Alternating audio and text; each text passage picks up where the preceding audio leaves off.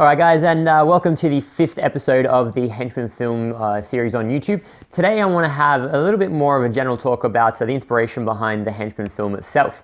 And I suppose it stems from a lot of great characters, a lot of great henchmen more specifically, in some iconic films. They're always really one-dimensional, and that's one thing that really frustrated me.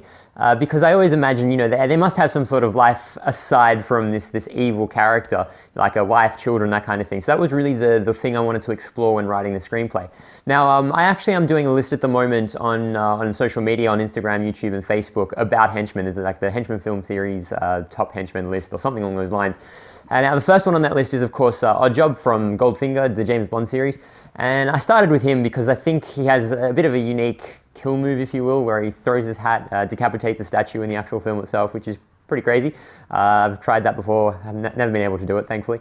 But yeah, I thought that was a pretty good place to start. Again, really one-dimensional. All brawn, no brains. Definitely no brains at all.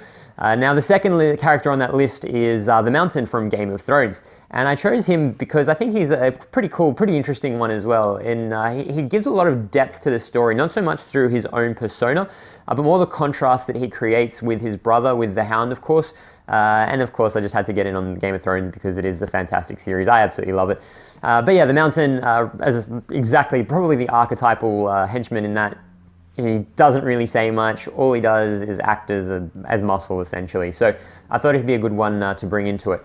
Now, the next one, actually not the next one, it's one of the ones coming up. It's going to be on Christmas Day. And it's from a classic movie. It's very heavily thematic. That's why it is coming up on Christmas Day. But I thought I'd give you guys a bit of a preview. If you've guessed who that is, fantastic, well done. If you haven't, make sure you are following on social media so you can find out who that is Christmas morning. Get excited just for that.